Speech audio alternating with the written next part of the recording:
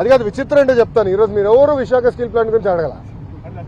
మొన్నటి వరకు ఒక్క నిమిషం ఆగండి అమ్మా, ఒక్క నిమిషం ఆగండి. మీడియా మిత్రులు ఎప్పుడు అడిగినా విశాఖ స్టీల్ ప్లాంట్ అని ఫస్ట్ బుల్లెట్ నాలో దింపేవారు.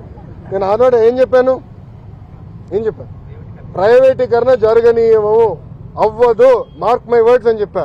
ఈరోజు కట్టుబడి స్వామి, మేము కట్టుబడి ఉన్నాం. ఎన్డీఏ ప్రభుత్వం ప్రజల దయవల, ఇదేదో మేము మా గొప్పతనం కాదు, ప్రజలు అద్భుతమైన మ్యాండేట్ ఎన్డీఏకి ఇచ్చింది కనుక ఈరోజు మేము మాట్లాడగలుగుతున్నాం.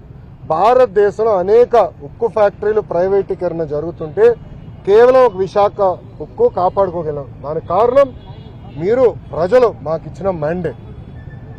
7 నెలల్లో స్టెబిలిటీ కోసం సుమారుగా 1300 నుంచి 1600 కోట్ల రూపాయలు స్టెబిలిటీ కోసం తీసుకొచ్చాం. ఇప్పుడు 11,000 కోట్ల రూపాయలు కేంద్ర ప్రభుత్వం నిధులు తీసుకొచ్చాం. ఆంధ్ర రాష్ట్ర ప్రభుత్వంగా సుమారుగా 2,500 కోట్లు వేస్తున్నాం. ఇది by way of water, by way of power stability ఇచ్చినాం. సో ఉక్కు ఫ్యాక్టరీలో ఉన్న ఉద్యోగస్తులను కూడా కోరేది ఏంటంటే ఇది రెండోసారి మన కేంద్ర ప్రభుత్వం బెయిలౌట్ ఇస్తుంది.